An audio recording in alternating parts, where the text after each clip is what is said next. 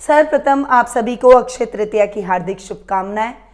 आज मैं आपके सामने तुला राशि वालों का मई माह का मासिक राशिफल लेकर उपस्थित हुई हूँ और इस माह में दो विशेष पर्व आ रहे हैं। पहला पर्व है अक्षय तृतीया का, जो कि 14 मई को मनाया जाएगा। इस दिन परशुराम जयंती भी मनाई जाएगी। अक्षय तृतीया अपने में एक अबूझ मुहूर्त के रूप में जानी जाती है, यानी इस दिन कोई भी शुभ कार्य, शादी, सगाई, मुंडन संस्कार या किसी भी प्रकार का शुभ या मांगलिक कार्य है, उसके लिए आपको पंचांग खोलने की आवश्यकता नहीं रहती, मुहूर्त देखने की आवश्यकता नहीं रहती है। और 26 मई को बुद्ध पूर्णिमा का पर्व आ रहा है। इन दो पर्वों के अलावा हम जान लेते हैं कि ग्रह गोचर की स्थिति मई माह में कैसी रहने वाली है, क्योंकि इस स्थिति पर ही राशिफल मासिक डिपेंड करता है। इसीलिए बढ़ते हैं आगे और सबसे पहले बात कर लेते हैं सूर्य ग्रह की, जो कि ग्रहों के राजा हैं। तो वे 14 मई को ही अभी मेष राशि में उच्च गए और 14 मई को वे मेष से वृषभ में,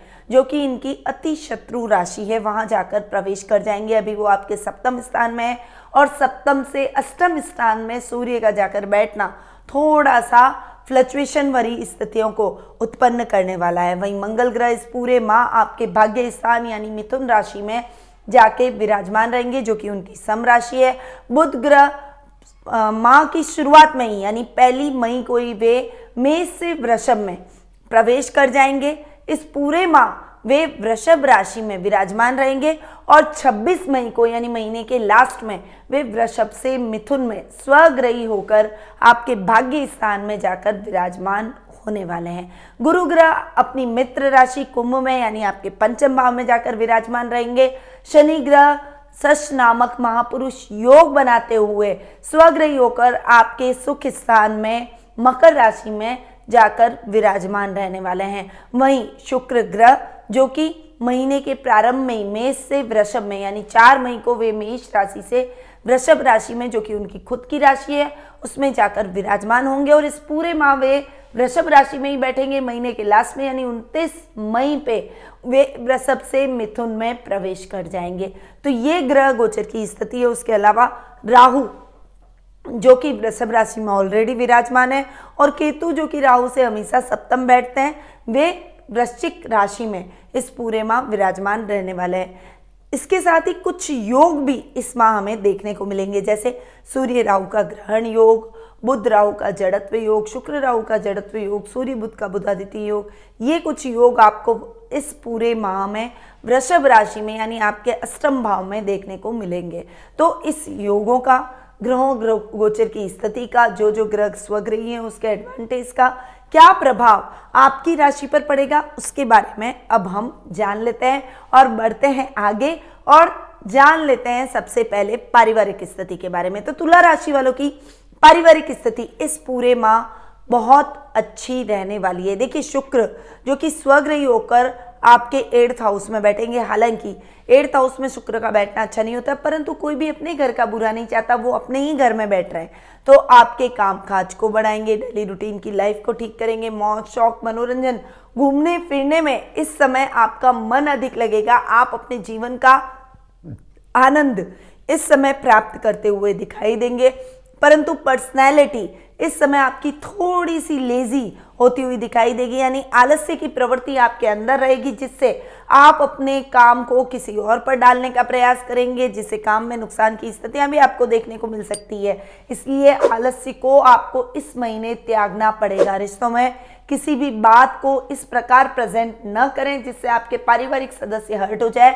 उन्हें अगर आपको अपनी बात कोई रखनी है तो शांति से, धैर्य से और समझाइश के द्वारा अगर आप उन्हें अपनी बात रखते हैं तो वो आपकी बातों को समझेंगे, आपकी भावनाओं को समझेंगे और आपके साथ सहर्ष आगे भी बढ़ेंगे, आपकी बातों से सहमत भी होंगे। इसीलिए इस माह आपको अपनी वाणी पर संयम, क्रोध पर नियंत्रण रखना पड़ेगा और साथ ही अपने कार्यों को किसी और के ऊपर न डालें, खुद खड़े रहकर अपने कार्यों को पूर्ण करें, वही आपके लिए ठीक रहेगा। कुटुंब के साथ में आपके रिलेशन इतने अच्छे नहीं रहेंगे, किसी से कहा सुनी का वातावरण हो सकता है, किसी रिश्तेदार से मनमुटाव आपको अंदर तक विचलित कर सकते हैं। सामाजिक मान सम्मान में आपके थोड़ी सी कमी आप इस समय महसूस करेंगे। हालांकि भाग्य आपका साथ देगा और आप जल्दी ही चीज़ों को यानी जल्दी ही अपने रिश्तों को शॉर्ट आउट करते हुए दिखाई देंगे और जल्दी ही सामान्य होते हुए भी दिखाई देंगे। भाई बहनों के साथ में आपकी ट्यूनिंग इस माह बहुत अच्छी रहने वाली है। उनके साथ आपकी बॉन्डिंग बहुत अच्छी बनेगी क्योंकि भाई बहनों के भाव के स्वामी गुरु जो कि पंचम भाव में बैठे हैं, बड़े भाई बहनों का आपको पूर्णतः सहयोग मिलेगा। आपकी पढ़ाई में, आपकी शिक्षा में भी वो आपको गाइड करते हुए और सही मार्गदर्शन प्रदान करते हुए दिखाई देंगे। यदि आपका कोई करियर में पीक पॉइंट चल रहा है, आप अपने करियर में आगे बढ़ना चाहते हैं, कोई दिशा आप ढूंढना चाहते हैं, किसी से गाइडेंस लेना चाहते हैं, तो ऐसे टाइम पे आपको अपने बड़े भाई बहनों का, आपके परिवार का भरपूर सहयोग और साथ देखने को मिलेगा। माता के साथ में आपकी ट्यूनिंग बहुत ही बेहतर होती हुई नजर आएगी। उनके सहयोग से आप अपने जीवन में आगे बढ़ेंगे, अपने रिश्तों को सुधारने में, अपने रिश्तों को संभालने में उनका विशेष योगदान आपके साथ देखने को मिलेगा। संतान की तरफ से भी आपको शुभ समाचारों की प्राप्ति होगी और संतान आपके साथ में एक अच्छी ट्यूनिंग के साथ आगे बढ़ेगी, जिससे आप अपने जीवन में आगे बढ़ पाएंगे। आपकी संतान अगर आपके बराबर की है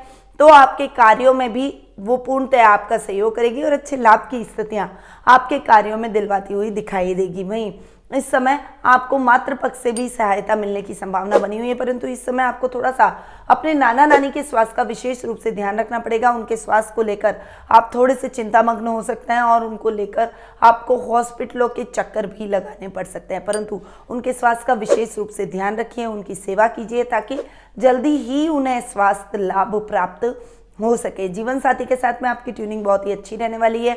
उनकी तरफ से आपको बहुत अच्छे लाभ की संभावनाएं बनेगी, उनसे आपको बहुत अच्छा सपोर्ट मिलने की संभावना भी बनी हुई है। इस समय आपके ससुराल वालों से भी आपकी ट्यूनिंग और अधिक बेहतर होती हुई नजर आएगी। वहीं ये टाइम आपके पिता के साथ भी बेहतर ट्यूनिंग का रहेगा। उनके साथ एक अच्छी ट्यूनिंग से आप आगे बढ़ेंगे। उनके मार्गदर्शन की वजह से आप अपने जीवन में अपने लक्ष्य को प्राप्त कर पाएंगे। उनके सहायता से आप अपने कार्य क्षेत्र में बहुत अच्छी प्रगति और उन्नति करते हुए दिखाई देंगे। तो ये थी पारिवारिक स्थिति जो कि तुला राशि वालों की इस माह बहुत ही अच्छी रहने वाली है। अब हम आगे बढ़ते हैं और जान लेते हैं आर्थिक स्थिति के बारे में। देखिए, आर्थिक स्थिति की यदि मैं बात करूं तो तुला राशि वालों की आर्थिक स्थिति इस माह फ्लक्चुएशन भरी रहेगी, क्योंकि जो लाभेश सूर्य है वो महीने की शुरुआत में आधे महीने के बाद 14 मई तक वे आपके सप्तम भाव में बैठेंगे। जब तक वो केंद्र में बैठेंगे आपको बहुत अच्छे लाभ की स्थितियां दिलवाएंगे। इस समय आप अपने जीवन साथी के नाम से कोई भी काम करते हैं, कोई भी काम को एक्सटेंड करते हैं या उनकी सहायता करते हैं, उनकी सहायता से आप अपने काम को बढ़ाने का प्रयास करते हैं, तो उसमें बहुत अच्छा लाभ आपको प्राप्त होगा। परंतु 14 मई को जब सूर्य आपके सप्तम भाव से अष्टम भाव में प्रवेश कर जाएंगे, तब सूर्य राहु का ग्रहण योग, बुध राहु का जड़त्व योग, शुक्र राहु का जड़त्व योग, ये सभी योग जब बनेंगे तब कई दिक्कतों का सामना आपको करना पड़ सकता है। आपके काम में लाभ की स्थितियां फ्लक्चुएट करेगी। आप पैसा कमाएंगे परंतु वो पैसा आपके पास में टिकेगा नहीं। ऐसी कुछ परिस्थितियां आपके जीवन में उत्पन्न हो सकती है। स्ट्रगलिंग समय ये आपका हो सकता है, इसीलिए इस समय आपको थोड़ा सा बचत करने पर ज़्यादा ध्यान देना चाहिए। अपने खर्चों को जितना कंट्रोल करेंगे, जितना सीमित रखेंगे, उतना ही आप सुखमय जीवन को बिता पाएंगे। आपके जीवन में समस्याएं कम रहेगी। आपके सुखों में किसी भी प्रकार की कमी नहीं आएगी। आपको अपने परिवार का पूरा साथ और सहयोग मिलेगा। जीवन साथी का सहयोग और प्यार, समर्पण आपके साथ रहेगा, जिससे आप अपने सुखों का पूर्णतया भोग भी कर पाएंगे। आपके सुख स्थान के स्वामी शनि, जो कि आपकी कुंडली के अंदर योग कारक ग्रह भी है, वो आपके सुखों में और अधिक वृद्धि करेंगे, आपके काम को बढ़ाएंगे और अच्छे लाभ को लाने का प्रयास करेंगे। परंतु लाभ आएगा और खर्च की स्थितियों की वजह से वो लाभ खर्च में बदल जाएगा। इसीलिए आपको इस माह अपने खर्चों पर कंट्रोल करना बेहद आवश्यक है। इस माह आपको अपने घर से दूर रहना पड़ सकता है। ये महीना आपको यात्राएं बहुत करवाएगा, घुमाएगा बहुत ज़्यादा। इस समय आप बहुत ज़्यादा यात्राएं करेंगे और पैतृक संपत्ति संबंधी कोई विवाद है तो वो विवाद भी आपके लाइफ के अंदर और अधिक गहरा होता हुआ दिखाई देगा। कोर्ट केस आपके ऊपर चल सकते हैं, कोर्ट में हियरिंग्स आ सकती है, जिससे आपका काम थोड़ा सा आपको मेंटली डिस्टर्ब कर देगा और इस वजह से आपके कार्यों में रुकावटें आपको महसूस होगी। परंतु इस समय जितना बैलेंस माइंड होकर चलेंगे उतना ही आप सुदृढ़ रह पाएंगे। अपने खर्चों पर कंट्रोल करके चलेंगे उतना ही आप नुकसान की स्थितियों से बच पाएंगे और अपने लाभ की स्थितियों को बना पाएंगे। तो थोड़ा सा ध्यान आपको अपनी फाइनेंशियल कंडीशन पर भी देना पड़ेगा। अब हम आगे बढ़ते हैं और जान लेते हैं शिक्षा, करियर और व्यवसाय के बारे में। देखिए, शिक्षा, करियर और व्यवसाय की मैं बात करूं तो सबसे पहले मैं विद्यार्थी वर्ग की बात करूंगी।